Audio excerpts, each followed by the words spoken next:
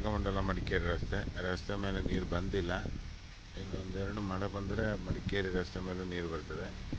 ಈಗಾಗಲೇ ನಾಪೂರ್ ರೋಡ್ ಮೇಲೆ ನೀರು ಬಂದುಂಟು.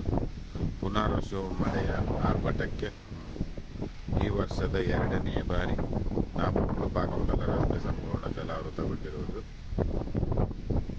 ಆರಿದ್ರ ಮಳೆಗೊಂಡ ಆಯಿತು, ಈಗ ಪುನರ್ವಸು ಮಳೆಗೊಂಡ ಜಲಾವೃತ ಆಗಿದೆ ನಾಪೂರ್ ರಸ್ತೆ. ಮಡಿಕೇರಿ ರಸ್ತೆ ಮೇಲೆ ನೀರು ಬಂದಿಲ್ಲ ಈ ವರ್ಷದಲ್ಲಿ.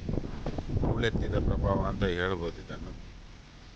ಚೇರಂಗಾಲದಿಂದ ಸಣ್ಣ ಪುಲಿಕೋಟವರೆಗೆ ಹೂಳೆತ್ತಿದ ಪ್ರಭಾವದಿಂದಾಗಿ ಈ ವರ್ಷ ಎಷ್ಟೇ ಮಳೆ ಬಂದರೂ ನೀರು ಜಾಸ್ತಿ ಬರ್ತಾ ಇಲ್ಲ ಮೇಲೆ. ಒಳ್ಳೆ ಫೋರ್ಸಲ್ಲಿ ಹರಿದು ಹೋಗ್ತಾ ಇದೆ ನೋಡಿ. ನಿನ್ನೆ ಬೆಳಿಗ್ಗೆಯಿಂದ ಸುರಿದ ಭಾರಿ ಮಳೆಗೆ ಭಾಗಮಂಡಲ ನಾಪೋಕ್ಲು ರಸ್ತೆ ಸಂಪೂರ್ಣ ಸ್ಥಗಿತಗೊಂಡಿದೆ. ಮಳೆ ನೀರು ನಾಪೋಲ್ ರಸ್ತೆ ಮೇಲೆ ಇದೆ. 1.5 ಅಡಿ ನೀರಿದೆ ನಾಪೋಲ್ ರಸ್ತೆ ಮೇಲೆ, ಮೊಣಕಾಲು ನೀರು ಅಂತ ಹೇಳ್ಬೋದು.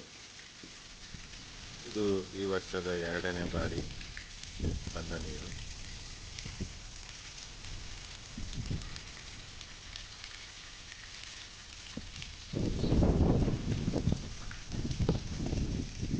ಮಳೆ ಸ್ವಲ್ಪ ಈಗ ಕಡಿಮೆ ಕಾಣ್ತಾ ಉಂಟು.